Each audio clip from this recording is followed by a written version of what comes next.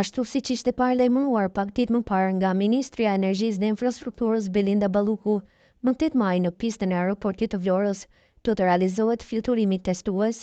Këtë e ka konfirmuar edhe kryeministri Edi Rama përmes një postimi në Facebook, ku përkrahej një video ku shihet pista e vizuare e aeroportit. Ai shkruan: edhe 3 ditë nga uja e avionit të parë në pistën e koduar me inicialet VLO dhe për fillimin e testeve të hapjes graduale për certifikimin përfundimtar, aeroporti Vlorës do të jetë më i riu në mesdhe dhe do të shërbejë turizmit, ekonomisë dhe lidhjeve të drejtpërdrejta të rrugëvjerës shqiptare.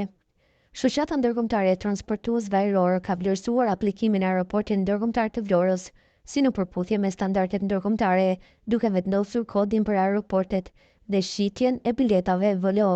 Aeroporti i Vlorës është një investim 104.5 milion euro dhe ndodhet në Akorni, jo më larg se 10 minuta nga autostrada Levan-Vlorë.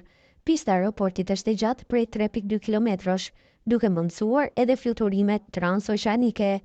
Aeroporti pritet të jetë bazë për flotën e avionëve Air Albania, por edhe stre për kompanitë të low cost që do të mundsojnë fluturime me aeroportet e ngjashme në Itali, Greqi apo Spanjë.